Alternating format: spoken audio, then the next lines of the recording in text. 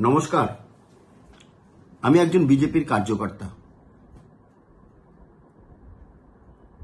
আমি যখন ইদানিংকালে বিভিন্ন বন্ধু বান্ধব কিংবা কোনো আত্মীয় স্বজন কিংবা সবার সামনে যাই, তারা আমাকে প্রায় একটা কথা বলে যে এবার 2026-এ বিজেপির কোনো চান্স নেই আসার। বেশিরভাগ মানুষই শিক্ষিত, বিচক্ষণ ব্যক্তি, রাজনীতি সম্বন্ধে সচেতন।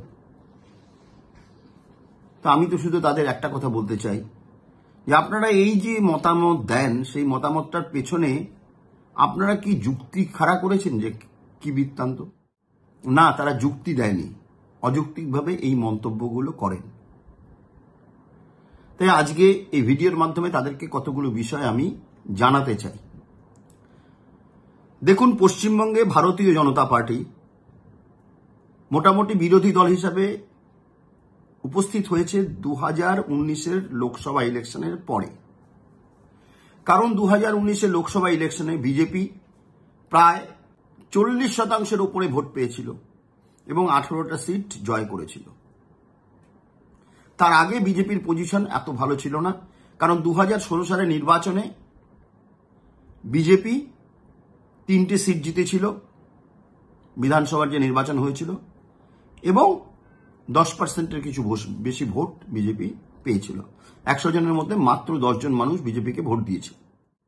14 সালের ইলেকশন হয়েছিল লোকসভা ইলেকশন, সেখানে বিজেপি 17%-এর মতো ভোট পেয়েছিল এবং 2টো সিট পেয়েছিল। এই পর্যন্ত আমরা দেখলাম 2021-এ মানুষ বিজেপিকে অনেক আশা করেছিল বিজেপি ক্ষমতায় আসবে, কিন্তু 2016-র তুলনায় বিজেপি যে ভোট পেয়েছে এবং যে আসন সংগ্রহ করেছে সেটা অভূতপূর্ব বলা উচিত। কারণ একটা রাজনৈতিক দল যখন মাত্র 10% ভোটের থেকে 40% ভোট, প্রায় 38% ভোটে জাম্প করে, 100 জনের মধ্যে 38 জন ভোট দেয়, তার মানে এটা দেখতে হবে, এটা ভাবতে হবে, এটা বুঝতে হবে যে বিজেপি একটা বড় জায়গায় পৌঁছেছে। 77টা সিটে বিজেপি জিতেছে। ভয়ঙ্কর অত্যাচার চলেছে, যার দিকে হিংসা হয়েছে, প্রায় 200 কার্যকর্তাকে বিজেপিকে হত্যা করা হয়েছে। তা সত্ত্বেও বিজেপি এই জায়গাটা এসে পৌঁছেছে। ঠিক তারপরে 2021-এর নির্বাচনে বিজেপি কিন্তু 38% ভোট পেয়েছিল। 2024-এ যদি আমরা দেখি, বিজেপি 38% ভোটে পেয়েছিল, কিন্তু এটা ছিল লোকসভার ভোট, 2% ভোট কম হয়েছে। এই 2% ভোটের জন্য বিজেপির 1/3 সিট হারিয়েছে। 2%, 6টা সিট তাদের হারাতে হয়েছে, 12টা সিট তারা দখল করেছিল 18টার মধ্যে, আগের ইলেকশনে যদি কম্পেয়ার করি। 2019, 2024।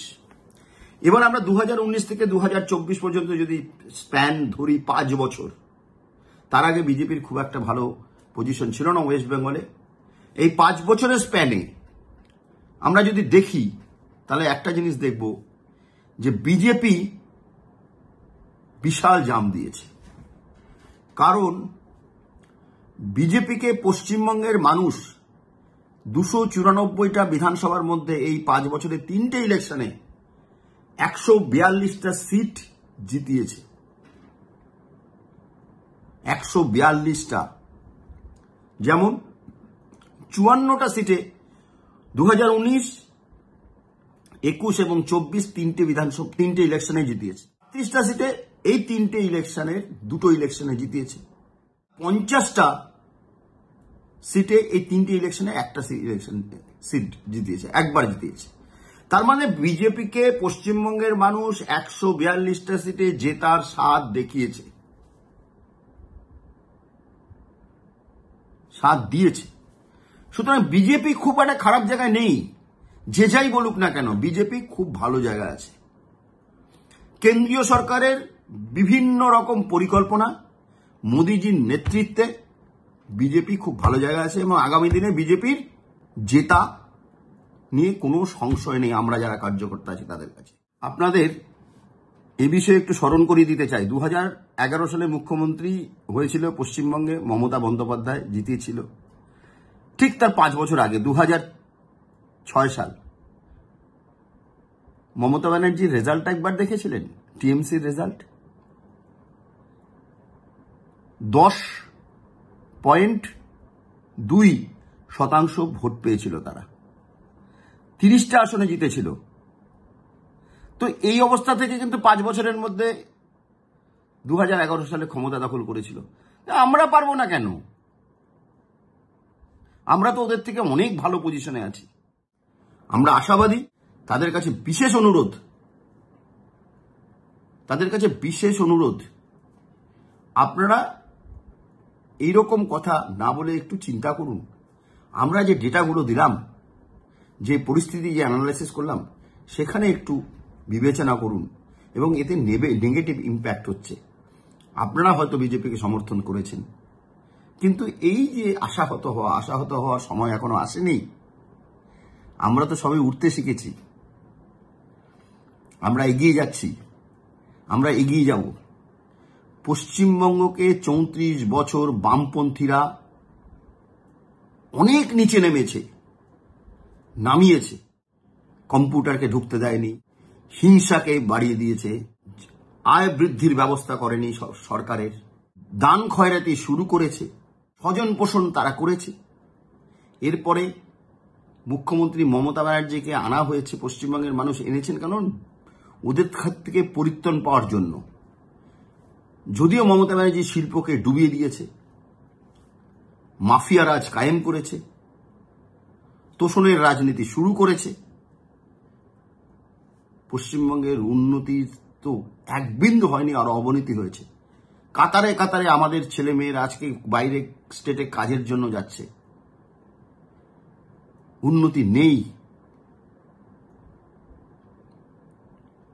আমরা এই জায়গা থেকে পরিত্রাণ চাই, আপনিও চান, কারণ আপনার পার্টিসিপেশনে পশ্চিমবঙ্গের সরকার পরিবর্তন হবে।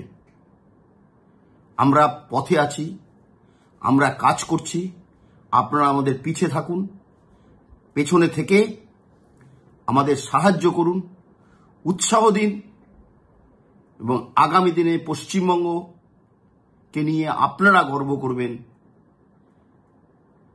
আমাদের ছেলে মেয়ে, আমাদের যারা আগামী দিনের প্রজন্ম, তারা যাতে সুস্থভাবে সুন্দরভাবে পশ্চিমবঙ্গে বাঁচতে পারে, পশ্চিমবঙ্গকে স্থায়ীভাবে বসবাস করতে পারে, সেই চেষ্টা করুন।